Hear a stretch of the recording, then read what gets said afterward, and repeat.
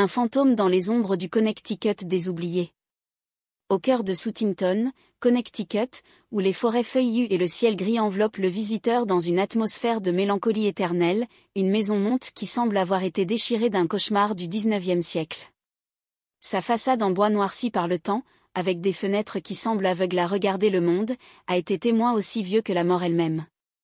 Pour la famille Snedeker, cette maison était le dernier espoir, un endroit où son fils adolescent, Matthew, pourrait recevoir un traitement contre le cancer dans un hôpital voisin, loin de l'agitation de la ville. Mais ce qu'il ne savait pas, c'est que la maison n'était pas vide. Un héritage de souffrance, de rituels sombres et de présences qui n'avaient jamais abandonné ses murs attendaient patiemment que les nouveaux locataires franchissent leur seuil. Dès le premier moment, la maison a transmis un sentiment d'agitation. L'air sentait l'humidité et autre chose, un arôme métallique, comme le sang sec, qui semblait imprégner les murs. Les chambres, avec des toits élevés et des sols croustillants, semblaient chuchoter des mots inaudibles lorsque la lumière du soleil a disparu. Le Snedeker, cependant, a tenté d'ignorer ces signes. La maladie de Matthew était sa priorité, et tout ce qui semble surnaturel a été attribué au stress et à la fatigue. Mais bientôt, les événements ont commencé à surmonter toute explication rationnelle. Matthew, un garçon de 16 ans dont le visage avait perdu la couleur due à la chimiothérapie, a commencé à faire des rêves vifs de personnages à capuche qui l'ont entraîné dans une crypte sous la maison. Sa mère, Janet, a trouvé d'étranges marques sur les murs du sous-sol, des symboles qui semblaient appartenir à une langue cachée. Le père, Alan, un homme pragmatique et sceptique, a remarqué comment son comportement a changé, il est devenu irritable, voire violent, comme si quelque chose ou quelqu'un manipulait ses émotions. Les lumières clignotent sans raison apparente, les portes se fermaient seules et un froid glaciaire a envahi les chambres, même au milieu de l'été. La maison, découverte plus tard, avait été des funérailles au XIXe siècle, appartenant à un homme nommé le docteur Henry Monsieur Halloran. Selon les documents historiques, cela était connu pour ses pratiques médicales non conventionnelles et son intérêt pour l'occultisme. Il a été dit qu'il avait effectué des autopsies illégales et qu'il a participé à des rituels sataniques avec des corps encore chauds. À sa mort, le salon funéraire a été abandonné, mais les esprits qu'il avait invoqués ne sont pas partis. La maison est devenue un lieu de passage pour les âmes perdues, piégées entre la vie et la mort, alimentées par la douleur et la souffrance de ceux qui l'ont habitée. Le Snedeker n'a pas été le premier à découvrir ces phénomènes. Dans les années 70, une famille qui y avait vécu a dénoncé des possessions démoniaques et des attaques physiques par une présence appelée The Guardian. Ils n'ont jamais été crus. L'histoire a été répétée avec le Snedeker, ces appels d'aide ont été reçus avec scepticisme, même par des amis et des voisins. Jusqu'à ce que, désespérés, ils aient contacté Ed et Lorraine Warren, les démonologues les plus célèbres des États-Unis, dont le travail a inspiré des films tels que The Conjuring. Le Warren est arrivé dans le Connecticut avec son équipe de recherche et sa foi inébranlable dans le pouvoir de la lumière contre l'obscurité. Ce qu'ils ont trouvé dans la maison les a rendus horrifiés. Les énergies négatives étaient si intenses que même les objets religieux, en tant que croix et reliques bénies, ont refusé de travailler. La maison, selon Lorraine, était un « portail entre les mondes », un endroit où les démons et les esprits sombres se nourrissent de l'énergie vitale des vivants. Matthew, particulièrement vulnérable à sa maladie, était l'objectif principal. Le livre explore non seulement les événements surnaturels, mais aussi la psychologie humaine sous pression extrême. Comment une famille résiste-t-elle à la possession de ses membres? Que se passe-t-il lorsque Fate entre en collision avec l'inexplicable? À travers des témoignages, des documents historiques et des interviews avec des experts, Shadow of the Forgotten déroule les mystères de l'une des histoires d'horreur les plus choquantes du XXe siècle. Chaque chapitre est une immersion dans l'obscurité, un voyage aux limites de la réalité et de la peur. Chapitre 1, Déplacé, un nouveau départ dans une vieille maison. Le camion Snedeker s'est arrêté devant la maison au coucher du soleil. Le ciel, teint orange et violet, ressemblait à une blessure ouverte sur le toit en bois. Alan, le père, est descendu en premier, le visage fatigué mais déterminé. Derrière lui, Janet, sa femme, a observé la façade avec un mélange d'espoir et d'appréhension. Matthew, assis à l'arrière, leva à peine les yeux. Ses cheveux, rares après des mois de chimiothérapie, étaient cachés sous une casquette de baseball. Êtes-vous sûr que c'est là? Demanda Janet, ajustant la ceinture de sécurité. Alan hocha la tête, bien que sa voix tremblait en répondant. L'agent immobilier a dit qu'elle était parfaite pour nous. Près de l'hôpital, spacieux. Mais si vieux qu'il ressemble à une décoration de film d'horreur, interrompit Matthew avec un sourire forcé. La maison était, en effet, imposante. Construit en 1880, il avait 3 étages de bois foncé, des fenêtres allongées avec des vitraux rouges et un toit à 2 eaux qui était incurvé aux extrémités, comme s'il essayait de toucher le ciel. Un grand porche entourait la façade principale, avec des colonnes tournées qui soutiennent le toit. Ce qui a attiré le plus d'attention était une tour cylindrique dans le coin nord-ouest, avec une fenêtre circulaire qui ressemblait à un œil géant qui regardait la propriété. À l'intérieur, l'air était chargé de poussière et d'humidité. Les murs, recouverts de papier peint décoloré, ont montré des taches de moisissure. Le plancher en bois grince sous chaque étape. Malgré l'usure, il y avait des détails qui suggéraient un passé de luxe, des moulures sur le toit, un escalier d'escargot dans le hall et une cuisine avec des armoires en chêne sculptées. Nous pouvons le réparer, a déclaré Janet, essayant d'être optimiste. Alan n'a pas répondu. Son regard avait été fixé à une porte au bout du hall, semi-fait, à partir duquel un air froid est sorti qui ne correspondait pas à la température extérieure. Et cette porte? Demandez. Soyez le sous-sol, répondit Janet. L'agent a dit qu'il y avait un très grand sous-sol. Matthew, quant à lui, a grimpé les escaliers lentement, s'appuyant sur la balustrade. Au premier étage, il a trouvé 3 chambres. Le fond avait une fenêtre qui donnait la forêt. En regardant dehors, il a vu une silhouette debout parmi les arbres. C'était un homme grand, vêtu de vieux vêtements, d'un chapeau noir et d'un visage pâle. Matthew cligna des yeux et la silhouette a disparu. « Bonjour » murmura-t-il, d'une voix tremblante. Ci-dessous, Alan a décidé d'ouvrir la porte du sous-sol. Le bois était mouillé et lourd, et en le poussant, une odeur de sol humide et de mort l'a frappé. Les escaliers descendaient vers l'obscurité. Il a allumé une lampe de poche et est descendu, ignorant le froid qui tourna son dos. Au sous-sol, il a trouvé des murs en pierre, un toit à poutres en bois et une table en marbre au centre. Il y avait des marques de sang sec, bien que le marbre soit propre. Dans un coin, un placard en fer rouillé. Lors de l'ouverture, il a trouvé de vieux outils chirurgicaux, scalpels, montagnes et pincettes avec des taches qui ressemblaient à du sang. « Quel diable » murmura Alan, en remontant. Ci-dessus, Janet et Matthew ont fini de déballer. La mère a remarqué que Matthew était pâle. « Êtes-vous OK » demandez. « Oui, je ne suis que froid. » Janet a touché son front, mais n'avait aucune fièvre. Ensuite, ils ont entendu un bruit au sous-sol, un coup sec, comme si quelque chose était tombé au sol. Alan se leva rapidement, le visage ébouriffé. « Ce n'est pas une maison normale, a-t-il déclaré. C'est un funérail. » Que? Il y a une table d'autopsie. Et des outils, comme si quelqu'un avait travaillé avec des corps. Le mot « corps » a été suspendu dans les airs.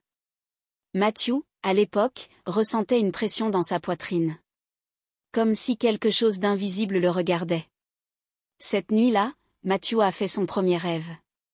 C'était dans une pièce sombre, avec des bougies noires qui illuminent les murs couverts de symboles. Un homme à capuche s'approcha de lui, tenant un couteau. « J'ai besoin de toi, » murmura la silhouette. « Votre sang ouvrira la porte. » Matthew s'est réveillé en criant. Le Snedeker, sans le savoir, avait franchi le seuil d'un enfer qui les attendait depuis des décennies. Et la maison, patiente, a commencé à revendiquer ce qui était à lui. Chapitre 2, le sombre secret de la maison. Le lendemain matin était tendu. Alan n'avait pas bien dormi. Répété, pendant la nuit, il a entendu des marches sur le toit et chuchotes sur les murs. À 6 heures du matin, il s'est levé avec la détermination de découvrir la vérité sur la maison. Janet, bien que fatiguée, a préparé le petit déjeuner, tandis que Matthew est resté dans sa chambre, s'accrochant à sa couverture, les yeux perdus sur le toit. « Qu'est-ce qui ne va pas avec toi, chérie ?» Janet a demandé quand il est entré. Matthew n'a pas répondu. Sa respiration était rapide, presque comme s'il avait une crise de panique. À cette époque, l'horloge murale d'entrepôt marquait à 6h15 et, soudain, le son du pendule s'est arrêté. Un silence sépulcral a envahi la maison. « Ce n'est pas normal, » murmura Matthew, d'une voix rauque. « Ce n'est pas normal. » Alan, quant à lui, a examiné les documents dans l'ordinateur portable. L'agent immobilier leur avait donné peu de détails sur la propriété, mais le nom du propriétaire précédent, un homme du nom de Thomas Riley, est apparu dans les dossiers cadastraux. Alan a introduit le nom dans un moteur de recherche et, après plusieurs recherches, a trouvé un article de journal de 1986 intitulé « La famille dénonce les possessions démoniaques dans une maison de Southington, folie ou phénomène surnaturel ?» L'article a rapporté comment, en 1978, la famille Riley, parents et 2 enfants, avait déménagé à la maison, convaincus d'avoir trouvé une maison idéale. Cependant, en quelques semaines, les enfants ont commencé à avoir des crises inexplicables, et la mère, Eleanor Riley, a affirmé avoir été attaquée par une silhouette noire dans sa chambre. La famille a quitté la maison après les 12 ans les plus jeunes, a tenté de se suicider après avoir été témoin d'une messe noire au sous-sol. Les autorités les ont abattus en hystérique et l'affaire a été déposée. Alan a fermé l'ordinateur portable avec un froid. Ce ne pourrait pas être une coïncidence. La maison avait une histoire, et maintenant ils étaient là. Les ombres du passé. Janet, en revanche, a décidé d'enquêter sur la maison à la recherche de réponses. Il a vérifié les tiroirs de cuisine, les armoires de hall et les étagères de la pièce. Dans une boîte en bois dans le grenier, il a trouvé un vieil album photo, avec des images floues d'hommes vêtus de costumes sombres et de chapeaux de tasse, entourant une table en marbre au sous-sol. Sur l'une des photos, un homme à barbe et aux yeux froids a regardé directement la caméra. Sous la photo, en paroles calligraphiques, quelqu'un avait écrit « Dr Henry Monsieur à Laurent, Funeraria à Laurent, Southington, 1892 ». Janet sentit un froid. La maison avait été des funérailles. Mais personne. En remuant plus, il a trouvé un livre de disques, avec des annotations latines et des symboles qui semblaient appartenir à une langue cachée. Les pages étaient pleines de noms morts, mais à la fin du livre, il y avait une liste de dates et de phrases énigmatiques. 17 mars 1895, la porte s'ouvre. Le premier se réveille. 14 janvier 1897, le rituel du silence. Le sang pur est la clé. 22 décembre 1899, le gardien se réveille. La maison vous appartient. Janet a fermé le livre avec force, son pouls accéléré. Ce ne pourrait pas être une coïncidence. La maison n'avait pas seulement été des funérailles. C'était un lieu de rituel satanique. L'éveil des esprits. Le même après-midi, Matthew a décidé d'explorer le sous-sol. Malgré l'insistance de ses parents de ne pas descendre seul, quelque chose l'a appelé. En ouvrant la porte, un froid glaciaire l'a frappé. Les escaliers dorés sous leurs pieds. En arrivant, la lumière s'est allumée, mais les ampoules clignotaient, comme s'ils résistaient à éclairer l'espace. Au milieu du sous-sol, la table d'autopsie était toujours là, avec des taches sombres qui avaient l'air sèches. Matthew s'approcha lentement, comme s'il était en transe. Soudain, il a entendu une voix derrière lui. « Voulez-vous connaître la vérité ?» Matthew s'est retourné, mais il n'y avait personne. La voix était masculine, sérieuse, avec un ton doux qui l'a hypnotisé. « Qui es-tu » demanda-t-il, d'une voix tremblante. « Je suis le gardien. La maison est à moi. Et vous, vous êtes mes élus. » Matthew ressentait une douleur thoracique aiguë, comme si quelque chose d'invisible le traversait. Il tomba à genoux, criant de douleur. À l'extérieur du sous-sol, Janet et Alan ont entendu les cris et ont couru vers lui. Quand ils l'ont trouvé, Matthew était inconscient, avec des marques rouges sur sa poitrine, comme s'ils avaient essayé de lui déchirer le cœur. La connexion avec les esprits. Au cours des jours suivants, les phénomènes se sont intensifiés. Alan a commencé à avoir des épisodes de colère sans raison apparente. Il a attaqué Janet à une occasion, l'accusant de avoir amené des démons à la maison. Janet, terrifiée, a appelé un ami qui travaillait dans un musée local, spécialisé dans l'histoire du Connecticut. Il a fourni des informations sur le Halloran funéraire et ses pratiques illégales. Selon les dossiers, le docteur Halloran avait été accusé en 1898 de cadavres profanes et effectué des expériences médicales non autorisées. En outre, il a été dit qu'il était membre d'une société secrète appelée l'Ordre de la Nuit éternelle, dédiée au culte des vieilles entités. Ce n'est pas seulement une maison, a expliqué Janet Allan. C'est un lieu de pouvoir. Le docteur Halloran a utilisé les corps pour ouvrir une porte, quelque chose qui appelait The Guardian. Allan, bien que sceptique, ne pouvait pas nier ce qui se passait. Matthew avait toujours des rêves vifs, où il a vu des personnages à capuchon effectuer des rituels avec des cadavres.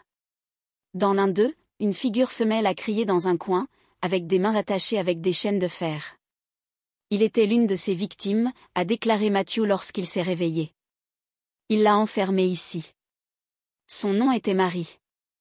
Janet, déterminée à trouver des réponses, a contacté un chercheur paranormal local, qui a recommandé une chose: si vous voulez survivre, appelez le Warren. Ils savent comment combattre ce qui se trouve dans cette maison. L'appel désespéré.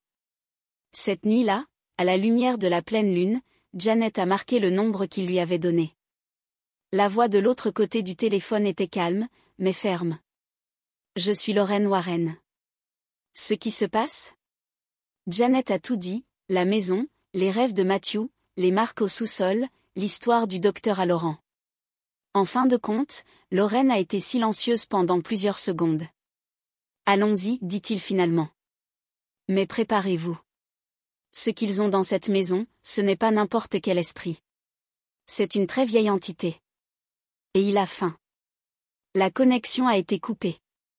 À ce moment-là, la montre de Hall retentit. Mais ce n'était pas à 12h, mais à 3h33. La maison, une fois de plus, s'était réveillée. Chapitre 3, premier présage, rêve et voix. La maison n'a pas dormi et le Snedeker non plus. Les nuits sont devenues une succession de cauchemars sans fin, où les frontières entre la réalité et au-delà ont disparu. Janet, désespérée, a cherché des réponses dans les dossiers des dossiers trouvés dans le grenier, tandis qu'Alan se battait contre une colère qu'il ne comprenait pas. Matthew, quant à lui, a été submergé de plus en plus dans un monde où les morts l'ont appelé par son nom. Le retour des rêves. Dans la nuit du 15 avril, Matthew s'est réveillé en hurlant. Ses parents couraient dans sa chambre et le trouvaient trembler, les yeux ouverts mais vides, comme s'il était en transe. Ses lèvres murmuraient des mots dans une langue inconnue, un mélange de son latin et gutturaux qui secouèrent Janet. « Qu'est-ce que tu dis ?» demanda Alan, d'une voix rauque. « Je ne sais pas, mais ça ressemble, une prière, répondit Janet, terrifiée. Lorsque Matthew a repris conscience, il se souvenait de quoi que ce soit. Il ne pouvait décrire que le sentiment d'être suspendu dans l'obscurité, avec des figures à capuche qui l'entourent. L'un d'eux, une femme aux cheveux noirs et aux yeux vides, avait chuchoté à l'oreille. Le sang du patient ouvrira la porte. Le garde vous attend. L'invasion des voix. 2 jours plus tard, Janet a décidé d'enregistrer l'atmosphère de la maison avec un enregistreur portable. Depuis qu'ils avaient contacté le Warren, le bruit des murs, un murmure constant, comme si une centaine de personnes parlaient en même temps, s'était intensifié. Dans un enregistrement, il a entendu une voix qui n'avait pas été là auparavant. C'était une voix féminine, faible mais claire. Ne restez pas. Ils ne deviendront pas en vie. La voix identifiée comme Marie Dupont, un jeune Français qui avait travaillé comme assistant du docteur Halloran à la fin du XIXe siècle. Selon les archives historiques, Marie a disparu en 1895 dans des circonstances suspectes. Les enquêtes ultérieures ont révélé que Halloran l'avait utilisée dans un rituel pour invoquer une entité appelée The Guardian. Janet a partagé l'enregistrement avec Alan, qui a refusé de l'écouter. « Je ne veux pas en savoir plus », a-t-il déclaré. « Ce n'est pas réel. Ça ne peut pas être réel. » Mais la maison s'est assurée que personne ne pouvait l'ignorer. La marque dans le miroir. Le 20 avril, Janet était dans la salle de bain au 2e étage, essayant de récupérer un peu de normalité. En regardant dans le miroir, il a vu un homme avec une barbe grise et un costume ancien, le docteur Halloran. Son visage était tordu dans un sourire malveillant. Elle a été la première. Il sera le dernier. Janet se retourna, mais il n'y avait personne. Quand il a remis le miroir, il a vu écrit en lui, avec condensation, les mots « Le cercle se fermera ». Alan, à l'apprentissage, a essayé de nettoyer le miroir, mais les mots réapparaissent à chaque fois qu'il essayait.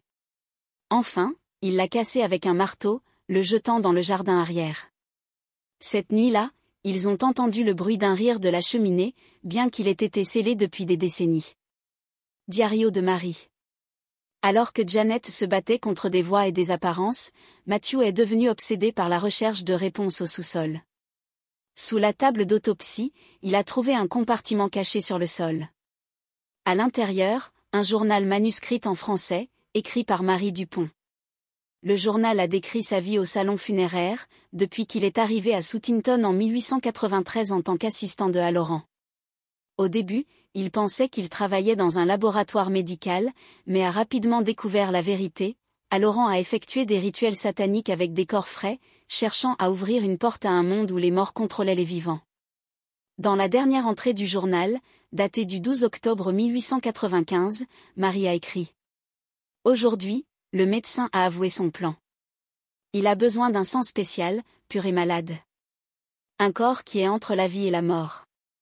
Il dit qu'il peut amener le gardien. Je ne peux pas fuir. Les portes sont scellées. Je pense que mon temps est venu. J'espère juste que quelqu'un, un jour, lira ceci et connaissait la vérité. » Matthew a pleuré en lisant les derniers mots. Pour la première fois, il a compris qu'il n'était pas une victime occasionnelle. C'était l'objectif. L'arrivée du Warren. Le 23 avril, Ed et Lorraine Warren sont arrivés dans le Connecticut. Ils ont apporté avec eux une équipe de recherche et un prêtre catholique pour effectuer un exorcisme mineur. En franchissant le seuil de la maison, Lorraine s'est arrêtée, a fermé les yeux et a chuchoté. Ce n'est pas un esprit. C'est un quelque chose plus âgé. Plus fin. Ed, avec sa caractéristique calme, a inspecté le sous-sol. En touchant la table des autopsies, il a senti un froid qui visitait tout son corps. Ici, il pratiquait des rituels sombres depuis plus d'un siècle, a-t-il déclaré. Et le gardien est toujours là. Lorraine s'approcha de Matthew et regarda directement dans ses yeux. Il a choisi, murmura-t-il. Mais il y a encore de l'espoir. L'alliance des ténèbres. Cette nuit-là, les phénomènes se sont intensifiés. Les lumières clignotent sans contrôle et l'air sentait le soufre. Alan, possédé par une force inconnue, a attaqué Ed Warren avec une lampe, criant. Il m'a dit que je les tuerais tous. Janet a réussi à le réduire, mais Alan ne se souvenait pas de ce qu'il avait fait. Le prêtre, effrayant, a commencé à prier en latin, tandis que Lorraine a placé une croix bénie au centre du hall. La croix a été instantanément assombrie, comme si elle avait été brûlée.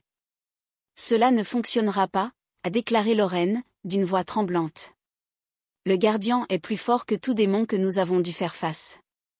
À ce moment-là, Matthew s'est évanoui. Au réveil, j'avais une marque sur la poitrine, un cercle noir avec des symboles qui brillaient de lumière rouge. Il marque, murmura-t-il. Il dit que je suis à toi. La vérité derrière le gardien.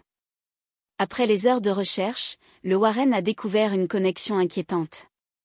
Le gardien n'était pas un esprit commun, mais une entité qui avait été invoquée par Halloran en 1892 lors d'un rituel qui impliquait du sang de victimes innocentes. Selon les manuscrits anciens, le gardien était un être qui existait hors du temps, qui pouvait manipuler l'esprit des vivants pour le servir. Vous ne voulez pas les détruire, a expliqué Lorraine. Il veut les recruter. Les transformer en une partie de leur armée. La révélation a gelé la famille de la famille. Non seulement ils combattaient un démon. Ils combattaient une force qui pouvait corrompre leur âme. La décision finale. Le lendemain, le Warren a proposé une solution, un rite de protection qui comprenait la bénédiction de toutes les pièces de la maison et le placement des reliques dans les seuils. Mais Lorraine a averti que ce ne serait pas suffisant. Nous avons besoin d'un sacrifice, a-t-il déclaré. Quelque chose que le gardien varie. Matthew, d'une voix ferme, a répondu. Je vais m'offrir. Si cela arrête cela, je le ferai. Cria Janet, refusant de l'accepter, mais Matthew a insisté. C'est ma vie ou tout le monde. La maison, comme si elle écoutait sa décision, tremblait. Une voix, plus forte que jamais, a résonné dans toutes les pièces. Viens à moi, Matthieu. Le cercle se fermera. La bataille finale était sur le point de commencer. Chapitre 4, le jeu des esprits. La maison a vibré avec une énergie sombre, comme si chaque mur, chaque coin, était chargé d'une électricité invisible qui opprime la poitrine de Snedaker. Les plafonniers clignaient des yeux sans raison apparente, et un froid glaciaire a envahi les chambres, même à la mi-avril. Mais le plus effrayant n'était pas la température ou les lumières, c'était le silence. Un silence qui s'est noyé, qui semblait absorber même le rythme cardiaque. Cette nuit-là, Ed et Lorraine Warren ont décidé d'effectuer un rituel de protection au sous-sol. Ils ont apporté avec eux une série d'objets religieux, une croix d'argent, un reliquaire en terre sainte, un chapelet consacré par un évêque et une ancienne Bible. Le prêtre qui les a accompagnés, le père Michael Latanzi, a prié tranquillement, avec des mains tremblantes. Nous ne pouvons pas permettre aux gardiens d'approcher Matthew, a déclaré Lorraine, plaçant la croix au centre de la table des autopsies. Mais nous serons prêts, répondit Ed, d'une voix ferme. Le rituel commence. Le rituel a commencé à 12 heures. La famille Snedaker s'est rencontrée au sous-sol, entourant la table en marbre. Lorraine a allumé 3 bougies noires, qui se sont éteintes immédiatement. Il a essayé de les exciter à nouveau, mais les flammes ont été éteintes avant que l'essuyage ne brûle. Il veut que nous fassions ça, murmura Janet, regardant son fils avec des yeux pleins de peur. Peu importe ce que vous voulez, a déclaré Ed. Cela ne se terminera pas tant que nous n'aurons pas expulsé cette chose ici. Le père Latanzi a ouvert la Bible et a commencé à réciter le psaume 23. Le Seigneur est mon pasteur, je ne manque rien. Dans des endroits d'herbe délicate, cela me fait me reposer, à côté des eaux de repos, cela me conduit. Je refroidis mon âme, par chemin de justice, je me guide pour l'amour de son nom. Bien que je marche dans une vallée de l'ombre de la mort. En lisant, l'air au sous-sol est devenu plus dense. Les murs de pierre coulaient un liquide noir, comme si la maison saignait. Matthew est tombé à genoux, saisissant sa tête avec ses mains. Hurte. Criez. Il dit qu'il m'aime. Ne le laisse pas entrer. Cria Lorraine, tenant fermement la croix. Soudain, la porte du sous-sol s'est fermée subitement. Le son était si fort que tout le monde a surpris. Le plafond s'est éteint, plongeant l'espace dans l'obscurité absolue. Mais à ce moment-là, quelque chose a commencé à briller, la marque dans la poitrine de Matthew. C'était une lumière rouge et pulsante, comme si elle avait sa propre vie. La voix du gardien. Il est à moi. La voix a résonné tout au long du sous-sol, comme si elle venait des murs, du toit, du sol. C'était profond, guttural, comme si une centaine de voix parlaient en même temps. Le père Latanzi a poursuivi et a commencé à réciter l'exorcisme traditionnel. Au nom de Jésus-Christ, roi de l'univers, allez, esprit impur. Commencez vos hommes de main du corps et de l'âme de cet enfant. Que le Seigneur, pour sa puissance, brise vos griffes et vous envoie en enfer. La maison trembla. Les plafonniers revirent, mais ce n'étaient pas des lumières normales, elles étaient rouges, comme si le feu brûlait derrière les ampoules. Les symboles dans les murs du sous-sol, ceux que Janet avait trouvés il y a des jours, a commencé à briller avec la même lumière. Soyez répondus. Cria Ed, protégeant Matthew avec son corps. Ne le laissez pas le toucher. Mais il était tard. Matthew se leva lentement, comme s'il était possédé. Ses yeux étaient complètement noirs, sans élève. Sa voix n'était pas la sienne. Ils ne peuvent pas le sauver. Il fait déjà partie de moi. Le cercle est complet. Cria Janet, courant vers son fils, mais Alan l'a arrêté. Ne le touche pas. Dit. Ce n'est pas lui. Le sacrifice du gardien. À cette époque, Lorraine s'est approchée de Matthew, sans crainte. Il leva la croix et le tenait devant lui. Au nom de Dieu, je vous ordonne de le libérer. Matthew s'est plié de douleur, comme si quelque chose en lui avait du mal à maintenir le contrôle. Ses mains devenaient des griffes, ses dents s'allongeaient et un rugissement inhumain est sorti de sa gorge. Je vais me nourrir de votre sang. Ce sera ma porte. Soudain, le sous-sol a commencé à s'ouvrir. Une fissure est apparue au centre, où une fumée noire émanait qui sentait le soufre. La table d'autopsie s'est désintégrée en quelques secondes, comme si elle avait été consommée par le feu de l'enfer. Rapide. Il a crié aide. Le reliquaire. Lorraine a pris le reliquaire béni et l'a jeté vers la fissure. La fumée s'est retirée, mais n'a pas disparu. Ce n'est pas suffisant, dit le père Latanzi. Nous avons besoin d'une offre. Janet, terrifiée, a regardé son fils. Ses yeux n'étaient plus noirs, mais sa respiration était irrégulière. Quel genre d'offre? Demanda-t-il, d'une voix brisée. Un souvenir, un objet avec une valeur émotionnelle, quelque chose que le gardien ne peut ignorer, a répondu Ed. Janet a couru à la maison et est revenue avec une boîte en bois. À l'intérieur, il y avait une photographie de Matthew quand il était enfant, une peluche usée et une lettre qu'il avait écrite quand il savait qu'il avait un cancer. Prenez ceci, dit-il en jetant la boîte vers la fissure. La fumée l'a absorbée. La fissure s'est fermée avec un grondement. Le sol a cessé de trembler.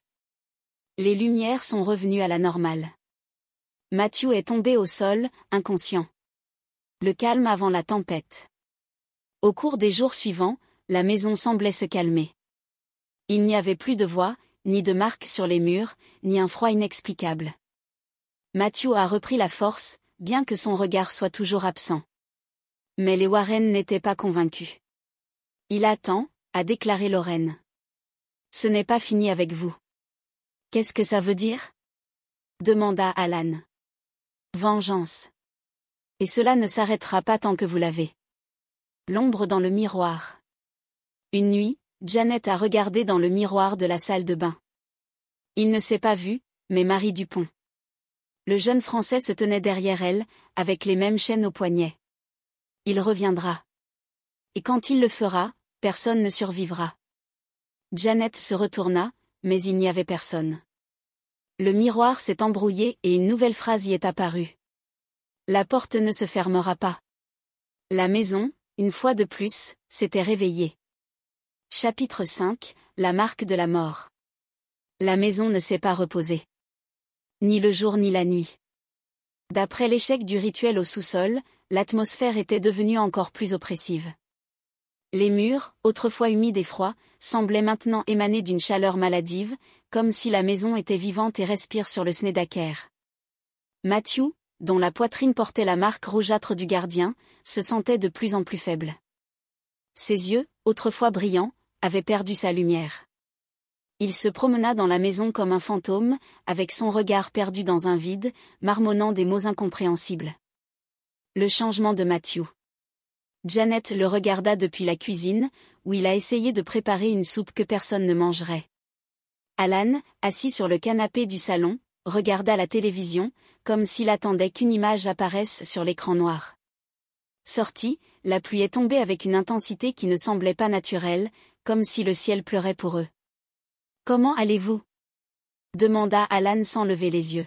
« Péor, » répondit Janet, la voix cassée. Il ne parle pas. Il suffit de marcher en rond, de répéter la même phrase, la porte s'ouvrira. Alan se leva lentement et s'approcha de la fenêtre. À l'extérieur, parmi les arbres, il a vu une silhouette sombre. Il était grand, avec un vieux costume et un chapeau en verre. Ses yeux brillaient d'une lueur rougeâtre, comme des braises brûlantes. « Quel diable » murmura Alan, mais quand il cligna des yeux, la silhouette avait disparu. La marque est activée. Cette nuit-là, Matthew s'est réveillé en transpiration. Sa poitrine brûlait, comme si la marque était vivante, comme si quelque chose en lui essayait de partir. Il a regardé dans le miroir de la salle de bain et a vu comment la marque s'étendait, se présentant sous sa peau comme un réseau de veines noires. « Qu'est-ce qui m'arrive » chuchota Théil, d'une voix tremblante. Soudain, le miroir s'est embrouillé, lentement, des mots écrits apparaissent, le sang du patient ouvrira la porte. Cria Matthew, brisant le miroir avec ses mains. Le sang a coulé les doigts, mais il ne ressentait pas de douleur. Au lieu de cela, il a entendu une voix dans sa tête, profonde et gutturale. « C'est votre destin. Vous serez la clé. » La découverte du journal à Laurent. Le lendemain, Janet a décidé de vérifier à nouveau le grenier. J'avais besoin de réponses. Dans une boîte en bois, il a trouvé un journal qu'il n'avait jamais vu auparavant. Il a été écrit par le docteur à Laurent, avec une lettre serrée et nerveuse. La première page a dit: Le gardien n'est pas un esprit. C'est une entité qui existe en dehors du temps. Pour l'invoquer, un corps entre la vie et la mort est nécessaire. Le sang du patient est la clé. Le cercle doit être achevé avec 3 sacrifices, le corps, l'âme et la volonté. S'il échoue, le gardien va tout réclamer. Janet a fermé le journal avec force. Ce n'était pas une maison. C'était un hôtel. Un lieu de sacrifice. Et Matthew était la prochaine offre. L'invasion des esprits. Cette nuit-là, la maison est devenue folle.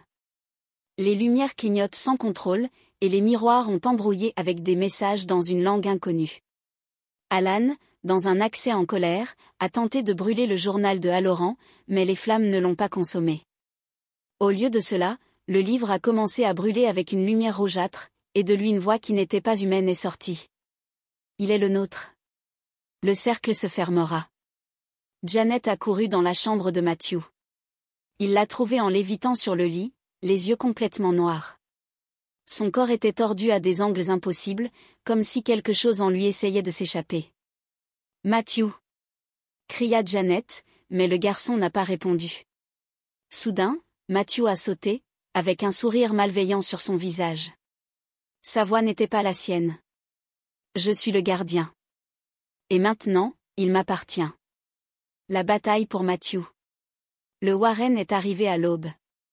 Lorraine portait un reliquaire avec des terres bénies et une croix d'argent. Ed, avec son calme habituel, a inspecté la maison, mais l'odeur du soufre était si intense qu'il ressentait même des nausées. « C'est pire que nous ne le pensions », a déclaré Ed. « Le gardien est en lui. »« Alors tu dois l'obtenir », répondit désespérément Janet. « Ce n'est pas si simple », a déclaré Lorraine. « Si nous le sortons sans préparation, votre âme pourrait se briser. » « Et si nous ne faisons rien ?» demanda Alan. « C'est. » Et le gardien sortira. Le rituel d'expulsion. Le rituel a commencé au sous-sol. Lorraine a placé la croix au centre du cercle de symboles qu'ils avaient trouvé sur le mur. Ed et le père Latanzi ont entouré Matthew, qui était attaché à une chaise avec des cordes bénies. « Au nom de Jésus-Christ, je vous ordonne de quitter ce corps », a récité le père, d'une voix tremblante. Cria Matthew, et une fumée noire est sortie de sa bouche qui remplissait le sous-sol. La croix brillait avec une lumière blanche, répétant l'obscurité. Mais le gardien n'a pas abandonné. Il est à moi. La porte s'ouvrira.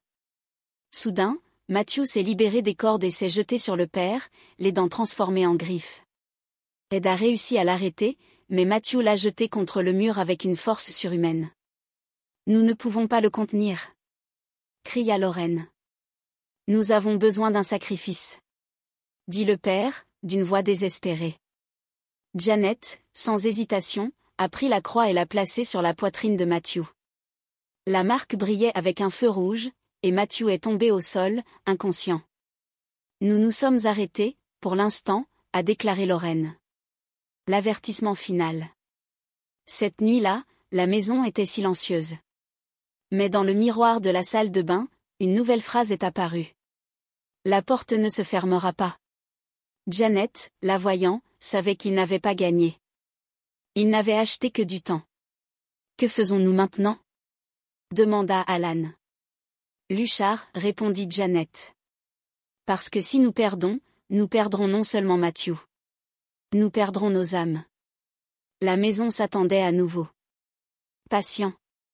Affamé. Chapitre 6, Rituel dans l'obscurité. La maison n'était pas finie avec eux. Bien que le rituel d'expulsion semblait avoir temporairement arrêté le gardien, la tension de la maison était palpable. L'air sentait le soufre et l'humidité, comme si la maison avait été brûlée à l'intérieur et que seules les cendres restaient. Les murs, avant couverts de symboles cachés, montraient maintenant de nouvelles marques, des figures humaines avec des cornes, des serpents bouclés autour des corps et une porte dessinée sur le mur du sous-sol, comme s'il s'agissait d'une entrée d'un autre monde. Lettre de A. Laurent. Janet, désespérée de trouver des réponses, a de nouveau examiné le journal du docteur A. Laurent qu'il avait trouvé dans le grenier. Cette fois, il a trouvé une lettre ci-jointe, écrite avec une lettre tremblante et précipitée. Astérisque, qui trouve cette lettre. Si vous lisez ceci, cela signifie que vous avez réveillé ce qui dort sous cette maison. Le gardien n'est pas un esprit commun. C'est une entité qui existe en dehors du temps, qui a été invoquée dans cet endroit à plusieurs reprises. Pour le contrôler, un rituel sanguin est requis. Pour le détruire, un sacrifice est nécessaire. Si vous êtes arrivé ici, il n'y a que deux chemins, soit vous le libérez pour toujours, soit le confiner à votre propre âme. Il n'y a pas d'évasion. Dr Henri Monsieur A. Laurent, 1899. Astérisque. Janet sentit un froid pour voyager son dos. La lettre a non seulement confirmé ses pires soupçons, mais a également suggéré qu'il n'y avait aucun moyen de s'échapper. Le rituel sanguin. Cette nuit-là, Matthew s'est réveillé en criant. Alan et Janet ont couru dans leur chambre et l'ont trouvé avec des yeux complètement noirs, marmonnant des mots dans une langue qu'ils ne reconnaissaient pas. Ses mains étaient couvertes de sang, bien qu'il n'ait eu aucune blessure visible. Le sang du patient ouvrira la porte, murmura Matthew d'une voix gutturale. Janet recula, terrifiée. Alan, essayant de rester calme, a pris son fils par les épaules et l'a secoué. Détail, Matthew. Revenez avec nous. Mais Matthew n'a pas répondu. Ses yeux étaient fixés sur un point sur le mur, comme s'il voyait quelque chose d'invisible. Soudain, il est sorti du lit et s'est dirigé vers la porte. Il m'appelle, a-t-il dit, avant de réduire les escaliers au sous-sol. Janet et Alan l'ont suivi, terrifiés. Au sous-sol, Matthew s'arrêta devant la porte tirée sur le mur et tendit la main. De sa paume est venu un fil de sang qui coulait sur le sol. À ce moment-là, les plafonniers clignaient des yeux et s'éteignent. Ne le laisse pas faire. Lorraine a crié, qui était revenue avec Ed Warren. Ed a couru vers Matthew et l'a tenu fortement. Réveillez-vous. Il ne vous contrôle pas. Mais Matthew s'est libéré avec une force surhumaine et s'est jeté contre Ed, le jetant contre le mur. Lorraine, avec la croix bénie à la main, a essayé de s'approcher, mais Matthew l'a arrêté avec un regard. Tu ne m'arrêteras pas, a-t-il dit, avec un sourire malveillant. Soudain, le sol du sous-sol a commencé à trembler. Les murs se sont craqués, et des fissures, une fumée noire est sortie qui sentait le soufre. La porte tirée sur le mur a commencé à briller avec une lumière rougeâtre. Il ouvre la porte. Cria Janet. Rapide. Nous devons arrêter le rituel. Répondit-il Ed, se levant. La bataille contre le gardien. Lorraine a pris la croix et s'est approchée de la porte. La lumière rougeâtre s'est intensifiée, et soudain, un cri déchirant a rempli l'air. C'était le son de centaines d'âmes criant en même temps. Il vient, murmura Matthew, d'une voix vide. La porte a commencé à s'ouvrir lentement, révélant un trou noir qui semblait absorber la lumière. Ed et Lorraine ont rejoint le père Latanzi, qui a commencé à prier en latin. Au nom de Jésus-Christ, je commande que cette porte se ferme. Que le gardien soit scellé pour toujours dans l'obscurité. Mais le gardien n'était pas disposé à se rendre. Soudain, une silhouette a émergé de la porte, c'était un homme grand, avec une cape noire et des yeux rouges. Son visage était déformé, comme s'il avait été brûlé. Il est à moi, a-t-il dit en pointant Matthew. Matthew, possédé, agenouillé devant la figure. Je suis à vous, a-t-il répondu. Cria Janet, courant vers son fils, mais Alan l'a arrêté. Non. Ne le touchez pas. La silhouette tendit la main et toucha la marque sur la poitrine de Matthew. La douleur était insupportable. Cria Matthew, tombant au sol. La marque a commencé à briller avec un feu rouge, et à partir d'un fil de sang est sorti qui a été absorbé par la figure. Tu prends ton sang. Cria Janet.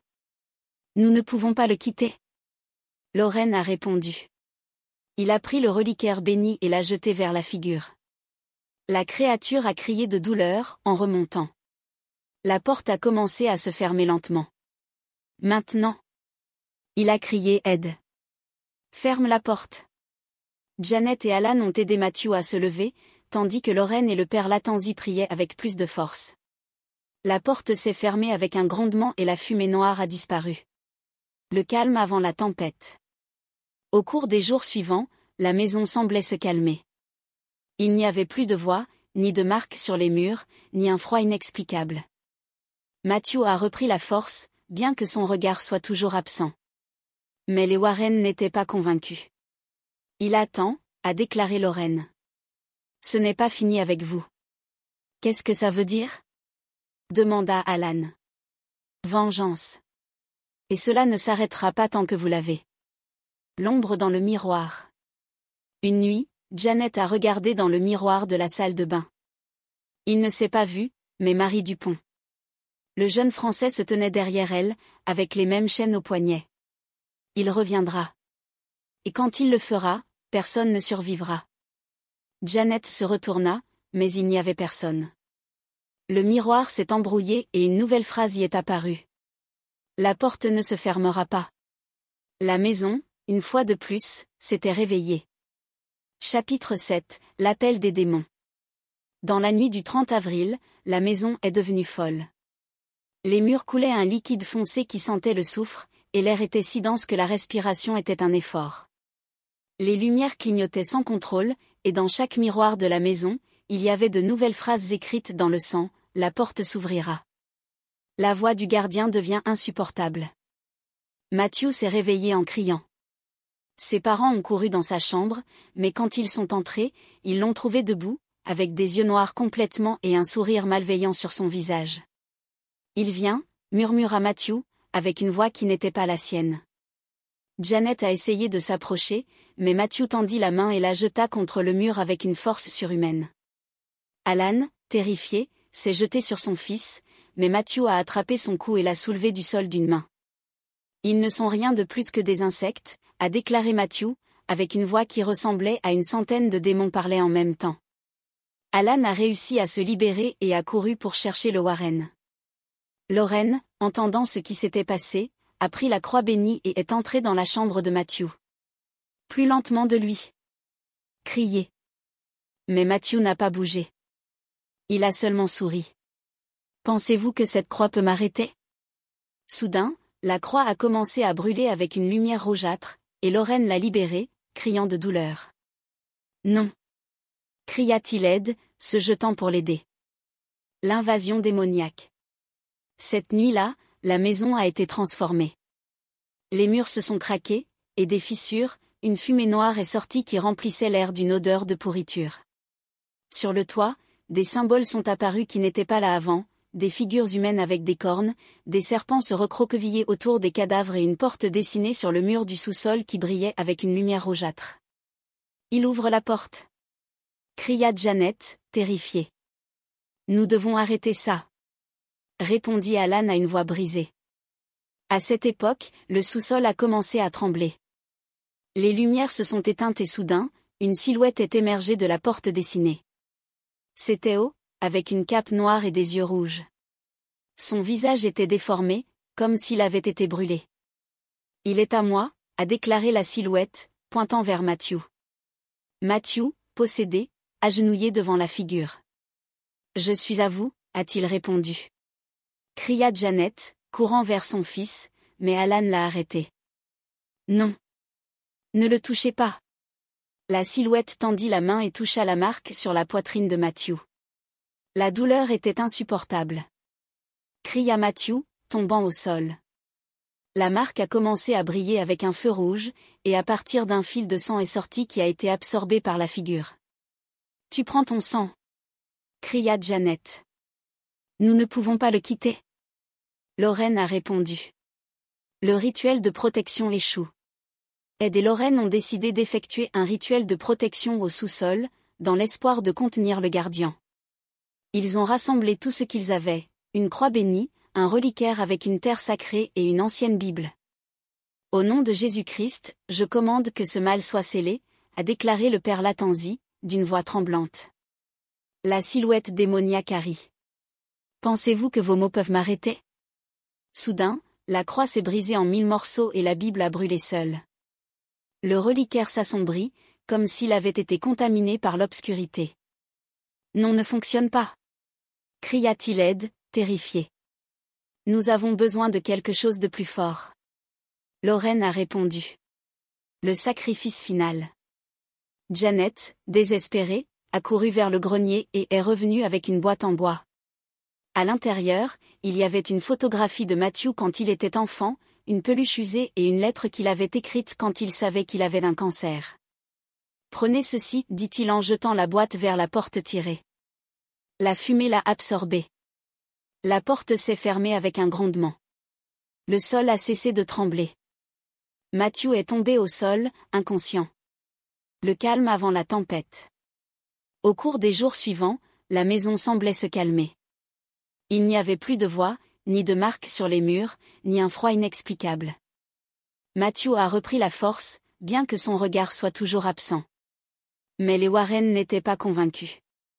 Il attend, a déclaré Lorraine. Ce n'est pas fini avec vous. Qu'est-ce que ça veut dire? Demanda Alan. Vengeance. Et cela ne s'arrêtera pas tant que vous l'avez. L'ombre dans le miroir.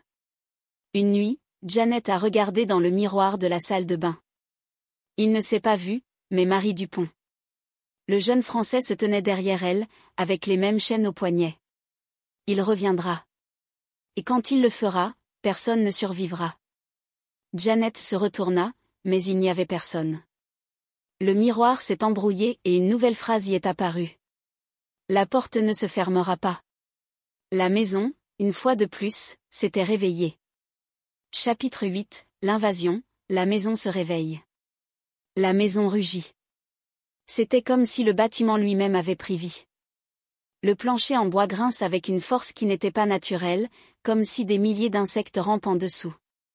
Les murs ont coulé un liquide noir qui sentait la pourriture, et les fenêtres ont brouillé avec des phrases écrites dans du sang, la porte s'ouvrira.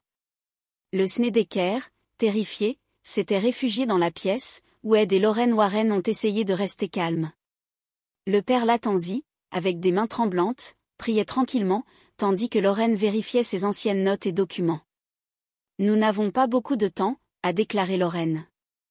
Le gardien brise les barrières entre les mondes. Si nous ne l'arrêtez pas maintenant, pas seulement Matthew sera perdu. Vous serez tous consommés. Alan, avec des yeux rouges et un visage pâle, regarda son fils, qui était assis sur le canapé, la tête dans ses mains, murmurant des mots dans une langue que personne ne reconnaissait. « Que pouvons-nous faire » demanda Janet avec une voix cassée. « Nous avons tout essayé. »« Pas tout, » répondit Ed. « Il y a un rituel. Celui que personne n'a essayé depuis 1899. Le rituel du sang et de l'esprit. » Ed a affiché une ancienne carte sur la table. C'était un plan de la maison, avec des annotations en latin et des symboles cachés. Cet endroit a été construit comme un hôtel, a-t-il expliqué. Le docteur Aloran a conçu chaque pièce pour canaliser l'énergie noire. Le sous-sol est le cœur, où les rituels ont été effectués. Mais il y a un autre endroit. Il a souligné un point sur la carte, dans la tour cylindrique du côté nord-ouest de la maison. Ici. La tour. C'est l'endroit où Aloran a invoqué le gardien pour la première fois. Si nous voulons arrêter cela, nous devons utiliser cet endroit pour le sceller. Comme ? demanda Alan. Avec un rituel de sang et d'esprit, a répondu Lorraine. Nous avons besoin d'un objet qui a un lien émotionnel fort avec Matthew. Et nous avons besoin d'un sacrifice. Janet, sans hésitation, a couru vers le grenier et est revenue avec une boîte en bois. À l'intérieur se trouvait une lettre écrite par Matthew à l'âge de 8 ans, un anneau de sa grand-mère et une photographie familiale avant le diagnostic du cancer. C'est ce que nous avons, a-t-il dit, avec des larmes aux yeux. C'est suffisant, a déclaré Lorraine. Mais nous avons également besoin de quelque chose d'autre. Que ? demanda Alan. Quelqu'un doit entrer dans la tour et faire face au gardien. Pas comme un exorcisme, mais comme un duel spirituel. Un duel ? Janet a répété. Qu'est-ce que tu dis ? Le gardien ne peut pas être expulsé avec des phrases ou des reliques bénies, a expliqué Ed. Il doit être confronté directement. Quelqu'un doit y entrer et le combattre. Alan se leva immédiatement. Je vais le faire. Non, répondit Lorraine. Ce n'est pas le père qui doit le faire. C'est le fils. Tout le monde a regardé Matthew, qui leva la tête. Ses yeux n'étaient pas complètement noirs, mais ils avaient un éclat rougeâtre. Il est déjà connecté au gardien, a poursuivi Lorraine. Si quelqu'un peut y faire face, c'est lui. Janet a commencé à pleurer. Non. Je ne vous permettrai pas de l'utiliser comme appât. Ce n'est pas un appât, a déclaré Lorraine. C'est votre seule opportunité. L'invasion commence. Cette nuit-là, le ciel s'est assombri avant d'habitude. Le vent a fouetté les arbres avec une force surnaturelle, et la pluie est tombée en diagonale, comme si elle était jetée de l'enfer. La famille et le Warren ont grimpé la tour cylindrique, portant des objets de Matthew et une ancienne Bible. Quand ils ont ouvert la porte, l'air était dense, presque solide. La pièce était en morosité, avec une table en bois au centre, recouverte de symboles anciens. Sur le mur, une silhouette a été sculptée dans la pierre, un visage démoniaque, avec des cornes et une couche noire. C'est lui, murmura Lorraine. Le gardien. Matthew, avec un visage pâle, s'est approché de la figure. Tu es ici, murmura-t-il d'une voix gutturale. Cria Janet, courant vers son fils, mais Ed l'a arrêté. Ne l'interrompez pas. Si vous le faites, tout sera perdu. Matthew ferma les yeux et se concentrait. Soudain, ses élèves s'assombrissaient complètement, et l'air était rempli d'un bruit de cris, comme si Santa m'appelait de l'au-delà. Il vient, murmura Matthew. Soudain, la pièce a commencé à trembler. Les murs se sont craqués et la fumée noire sortait des mailles du filet. La silhouette sculptée sur le mur a commencé à bouger, comme si elle donnait vie. Non. Cria Lorraine. Ne le laissez pas entrer. Matthew est tombé à genoux, criant de douleur. Son corps se tordit, comme si quelque chose en lui se battait pour partir. Je suis le gardien, a déclaré la figure avec une voix qui sonnait comme si elle venait d'une autre dimension. Il est à moi. Janet, désespérée, a pris la lettre de Matthew et l'a placée sur sa poitrine. Rappelez-vous qui vous êtes. Criez. Rappelez-vous qui vous êtes. Matthew ouvrit les yeux. Pendant un moment, ils étaient à nouveau humains. Mère. Criez. C'est en moi. Le corps du Laurent. Alors que Matthew se battait contre le gardien, le sol du sous-sol a commencé à trembler. Ed et Lorraine sont descendus pour enquêter. Au sous-sol, les murs coulent du sang et à la table d'autopsie, une silhouette a commencé à se former. C'était le docteur Laurent. Il n'est pas le seul à vivre ici, chuchota la silhouette avec une voix qui ressemblait à du papier déchiré. Tu ne peux plus posséder cette maison. Cria-t-il Ed, levant la croix bénie. Mais la silhouette a ri. Cette maison est à moi. Et le gardien est mon maître. Soudain, la silhouette a été lancée sur Ed, la jetant contre le mur. Lorraine a essayé de l'arrêter, mais la silhouette a attrapé son cou et l'a soulevé du sol. Vous ne pouvez pas arrêter l'inévitable, a-t-il dit. Tu es déjà mort. Cria Lorraine, avec la voix brisée. Mais mon travail continue. Le chiffre a libéré Lorraine, qui est tombée au sol, toussant. La bataille finale. Dans la tour, Matthew a continué à se battre. Ses yeux étaient complètement noirs et son corps était tordu à l'agonie. Matthew. Cria Janet. Revenez avec nous. Soudain, Matthew a sauté et s'est dirigé vers la figure du gardien. Je suis à toi, murmura-t-il. Eh bien, répondit le gardien. Maintenant, nous allons ouvrir la porte pour toujours. Mais ensuite, Matthew s'est arrêté. Il a regardé sa mère, son père, le Warren. Non, dit-il, d'une voix tremblante. Qu'est-ce que tu dis? Le gardien rugit. Je ne suis pas à vous, a répondu Matthew, d'une voix ferme. La pièce tremblait. La silhouette du gardien a crié de douleur, et la fumée noire a commencé à quitter Matthew. Tu ne peux pas me détruire? Cria le gardien. Je ne suis pas à toi, a répété Matthew. La silhouette du gardien a disparu. La maison était de nouveau silencieuse. Le calme après la tempête. Au cours des jours suivants, la maison semblait se calmer. Il n'y avait plus de voix, ni de marques sur les murs, ni un froid inexplicable. Matthew a repris la force, bien que son regard soit toujours absent. Mais les Warren n'étaient pas convaincus. Ce n'est pas fini, a déclaré Lorraine. Le gardien est toujours là. Il n'a été blessé que. Comment pouvons-nous être sûrs qu'il ne reviendra pas? Demanda Alan. Nous ne pouvons pas, répondit Ed. Mais au moins, ils ont gagné le temps. Janet, regardant son fils, savait que sa bataille n'était pas terminée. La maison s'attendait à nouveau. Patient. Affamé. Chapitre 9, le jugement Warren. La maison ne s'est pas reposée. Ni le jour ni la nuit. Bien que Matthew ait réussi à résister momentanément au gardien, la tension dans l'air était palpable. La famille Snedeker, avec les Warren, savait que le démon n'abandonnerait pas facilement. La maison était un hôtel de la puissance sombre, et le gardien, une entité qui existait hors du temps, ne permettrait pas à son travail d'être défait sans une lutte finale. La révélation du rituel perdu. Ed et Lorraine Warren ont examiné les anciens documents qu'ils avaient recueillis au cours de leurs enquêtes. Dans un dossier poussiéreux, ils ont trouvé un rapport du XIXe siècle sur un cas similaire dans le Massachusetts, où un prêtre jésuite avait fait un rituel de phoque pour contenir une entité démoniaque. Le rapport a décrit un rite complexe qui nécessitait 3 éléments. Un objet avec un fort lien émotionnel avec la victime. Une prière dans une langue ancienne, prononcée par un prêtre consacré. Un sacrifice symbolique, pas du sang, mais de la volonté. Il s'agit de la seule méthode documentée qui a fonctionné contre des entités telles que The Guardian, a expliqué Lorraine avec une voix tendue. Mais le sacrifice symbolique, qu'est-ce que cela signifie? Demanda Janet, la peur. Cela signifie que quelqu'un devrait abandonner quelque chose qui définit son essence, a répondu Ed.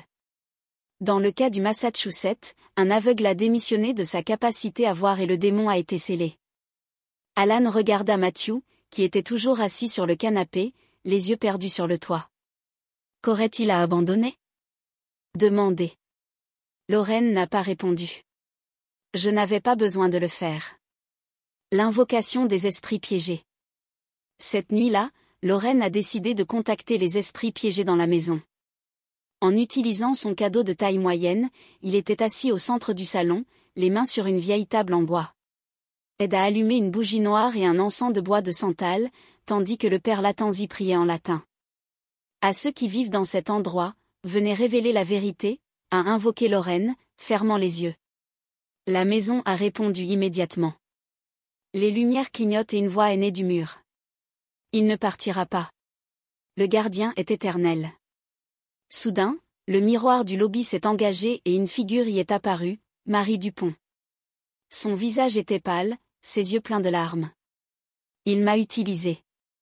Il m'a brûlé vif dans la tour. Son sang est la clé. Le cercle ne se fermera pas. Cria Janet, courant vers le miroir. Comment pouvons-nous l'arrêter? Demanda-t-il, désespoir. Ils doivent briser le rituel. Mais il sera le prix. Le chiffre a disparu. Le miroir s'est brisé en milliers de pièces. Le rituel de scellé. Le lendemain, le Warren a décidé d'effectuer le rituel d'étanchéité. Ils avaient besoin de l'objet avec un lien émotionnel. Matthew a choisi la lettre que sa mère avait écrite quand il savait qu'il avait un cancer. À côté d'elle, ils ont placé une vieille Bible, un reliquaire avec une terre bénie et une croix d'argent. Le rituel doit être fait dans la tour, a déclaré Ed. C'est là que le gardien a été invoqué pour la première fois. La famille est allée à la tour cylindrique, où la figure du gardien était encore sculptée sur le mur. L'air sentait le soufre et le sol vibrait avec un son inaudible. Il vient, murmura Matthew, d'une voix tremblante. Ne me laisse pas te dominer, l'avertisse Lorraine. Vous êtes plus fort. Le père Latanzi a ouvert la Bible et a commencé à réciter en latin. Dans Nomine Dei Patri Omnipotenti, et Filii, et Spiritus Sancti, ego in vovo, Spiritus Sancti, u protecti incom abad et a potestat tenebrarum. La pièce tremblait. La silhouette sculptée sur le mur a commencé à bouger. Le gardien, avec son visage brûlé et ses yeux rouges, tendit la main à Matthew. Il est à moi, rugit-il. Ce n'est pas le vôtre, a répondu Lorraine, levant la croix. Mais la croix s'assombrit et se brisa, comme si l'obscurité l'avait corrompue.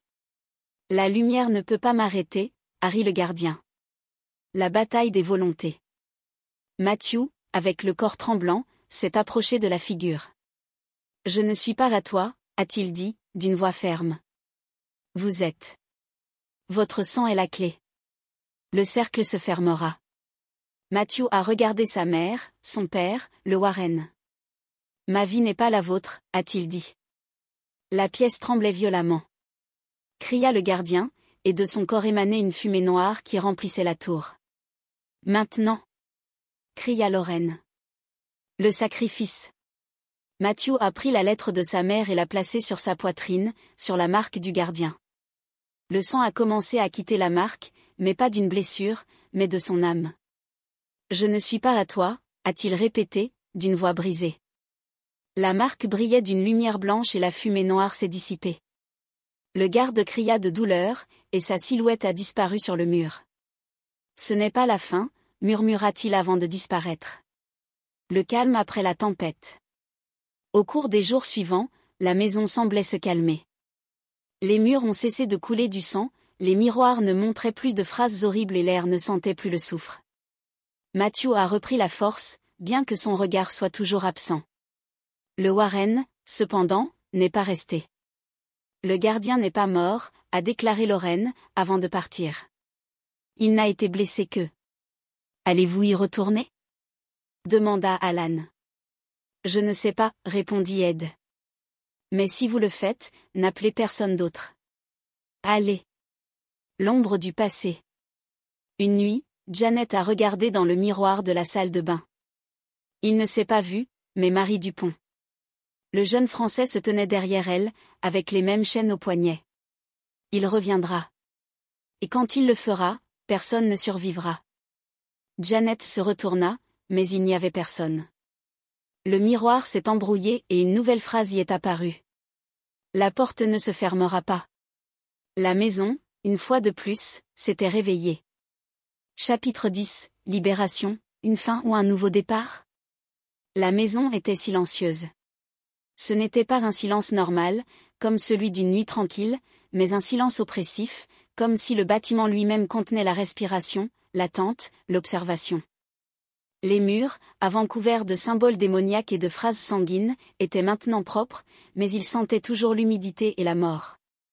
Les fenêtres, avec leurs vitraux rouges, reflétaient la lumière de la pleine lune, qui brillait d'une intensité presque contre nature. Le Snedeker s'était rassemblé dans la pièce, avec le Warren. Le père Latanzi, pâle et avec des cercles sombres profonds, tenait la Bible avec des mains tremblantes. Je n'avais pas dormi depuis des jours. Le visage d'Ed Warren était grave, avec une expression qui a mitigé une préoccupation et une détermination. Lorraine, quant à elle, a regardé Matthew avec un mélange de compassion et de peur. Cela doit se terminer, a déclaré Ed, brisant le silence. Cette maison ne peut pas rester un portail pour cette chose. Mais nous ne savons pas si le gardien est vraiment vaincu, répondit Janet, d'une voix brisée. Et si vous n'attendez que? Si nous ne y faisons pas face maintenant, nous n'aurons plus de chance, a déclaré Lorraine. Le rituel doit être fait. Alan a regardé son fils. Matthew était assis sur le canapé, les yeux perdus sur le toit. Ses yeux, bien que les humains, avaient une brillance rougeâtre, comme si quelque chose en lui se battait pour partir. Êtes-vous sûr que cela fonctionnera? Demanda Alan, d'une voix rauque. Il n'y a aucune garantie, a répondu Lorraine. Mais c'est notre seul espoir. Le rituel de la lumière et de l'obscurité. Cette nuit-là, le Snedeker et le Warren sont descendus au sous-sol. La table d'autopsie, qui avait été le cœur des rituels de Halloran, était couverte d'objets religieux, une croix d'argent, un reliquaire avec une terre bénie, une Bible du XVIIe siècle et la bague de la grand-mère de Matthew. Cet objet a un fort lien émotionnel avec vous, a déclaré Lorraine à Matthew. Êtes-vous prêt à le sacrifier? Matthew hocha la tête. Si cela me libère, oui. Le père Latanzi, avec des mains tremblantes, a ouvert la Bible et a commencé à réciter l'exorcisme. Au nom de Jésus-Christ, roi de l'univers, j'ordre que le gardien soit expulsé de cet endroit. Que ses griffes soient brisées, que la sienne sera anéantie et que son essence est scellée pour toujours. À cette époque, l'air est devenu lourd. Les plafonniers clignotent et le sol a commencé à trembler. Il est à moi, il rugit une voix. Dans le noir. Cria Matthew de douleur, tombant au sol. Son corps était tordu à des angles impossibles, comme si quelque chose en lui essayait de s'échapper. Ne le laisse pas entrer. Cria Janet, courant vers son fils. Alan l'a arrêté. Ne le touche pas. Criez. Ce n'est pas lui. La voix du gardien a résonné au sous-sol. Le sang du patient a ouvert la porte. Le cercle se fermera. Lorraine a pris la croix et l'a placée devant Matthew. La croix brillait d'une lumière blanche, repoussant l'obscurité émanant du garçon. Sortez avec nous. Criez. Vous êtes plus fort que lui. Matthew ouvrit les yeux. Ils étaient complètement noirs. Je suis le gardien, murmura-t-il. Ne le laissez pas prendre le contrôle. Cria Ed, jetant le reliquaire béni au sol. Le reliquaire s'ouvrit, et de lui une lumière blanche est sortie qui remplissait le sous-sol. Les murs de pierre brillaient de vieux symboles, comme si le bâtiment lui-même se battait contre l'obscurité. Ils ne peuvent pas me détruire. Il rugit la voix du gardien. Matthew, avec un cri déchirant, s'est levé du sol. Son corps trembla de violence et de sa bouche, un fil de sang noir est sorti. Je ne suis pas à toi. Cria-t-il, d'une voix brisée. Le sol a cessé de trembler. Les lumières sont revenues à la normale. La croix a cessé de briller. Matthew est tombé au sol, inconscient. Le calme après la tempête. Au cours des jours suivants, la maison semblait se calmer. Il n'y avait plus de voix, ni de marques sur les murs, ni un froid inexplicable. Matthew a repris la force, bien que son regard soit toujours absent. Le Warren a décidé de rester quelques jours de plus, pour s'assurer que le gardien ne reviendrait pas et à vérifier le sous-sol, les murs, les fenêtres, et n'a trouvé aucune trace d'énergie sombre. Il semble fini, a déclaré Ed, d'une voix fatiguée. Du moins pour l'instant. Pensez-vous qu'il reviendra? Demanda Janet. Je ne sais pas, répondit Lorraine. Mais s'il le fait, nous ne serons pas là pour les aider. Alan, regardant son fils dormir, chuchota. Pensez-vous que Matthew est gratuit? Je pense. Dit Lorraine, que le gardien ne peut pas le contrôler. Mais je ne sais pas s'il est complètement détruit. L'ombre du passé. Une nuit, Janet a regardé dans le miroir de la salle de bain. Il ne s'est pas vu, mais Marie Dupont. Le jeune Français se tenait derrière elle, avec les mêmes chaînes aux poignets. Il reviendra, murmura-t-il. Et quand je le ferai, personne ne survivra. Janet se retourna, mais il n'y avait personne. Le miroir s'est embrouillé et une nouvelle phrase y est apparue. La porte ne se fermera pas. La maison, une fois de plus, s'était réveillée. L'héritage de la maison. Des mois plus tard, le Snedeker a quitté la maison. Il ne pouvait pas le vendre et personne ne voulait le louer. Le bâtiment a été abandonné, avec des fenêtres cassées et les murs recouverts de graffitis. Mais dans les années suivantes, il y avait des rumeurs selon lesquelles la maison était toujours active. Les voisins ont affirmé avoir entendu des cris la nuit, et dans les fenêtres, il y avait des ombres de personnages humains. Les chercheurs paranormaux ont essayé d'entrer, mais tout le monde a rapporté la même chose, un rhume glaciaire, des voix sur les murs et un sentiment que quelque chose regardait de l'ombre. En 2010, un documentaire de recherche paranormale s'est rendu à la maison. Dans l'un des enregistrements, une voix qui a dit « Il est toujours là. Le gardien ne se reposera pas jusqu'à ce que son cercle se ferme. » L'extrémité ouverte. La famille Snedeker a tenté de reconstruire leur vie. Matthew, bien que libre du gardien, n'a jamais complètement récupéré sa santé. Le cancer est revenu et le traitement était plus agressif. En 2005, Matthew est décédé. Janet et Alan ont divorcé peu de temps après. Chacun a pris des chemins différents, mais tous deux prétendaient avoir eu des rêves récurrents. Matthew, debout à la maison, avec un sourire malveillant, en disant « La porte ne se fermera pas. » Le Warren, avant leur mort, a écrit dans leur mémoire. Il y avait des cas qui nous ont marqués. Mais aucun comme la maison de Sootington. Certaines entités ne meurent pas. Ils dorment. Et un jour, ils se réveilleront à nouveau. La maison est toujours debout. Et sur ses murs, dans l'obscurité, quelque chose attend. Note de l'auteur. Cette histoire est basée sur des témoignages de la famille Snedeker, des documents historiques des funérailles de Halloran et des interviews avec Ed et Lorraine Warren. La description du rituel d'étanchéité et l'apparition du gardien coïncident avec d'autres cas étudiés par le Warren, y compris le célèbre cas d'Amityville. La lettre de Matthew a été trouvée par des chercheurs ultérieurs et est considérée comme l'une des rares sources historiques à expliquer l'objectif de la maison. Les phrases dans les miroirs sont cohérentes avec d'autres cas de communication paranormale et ont été analysées par des experts en phénomènes surnaturels.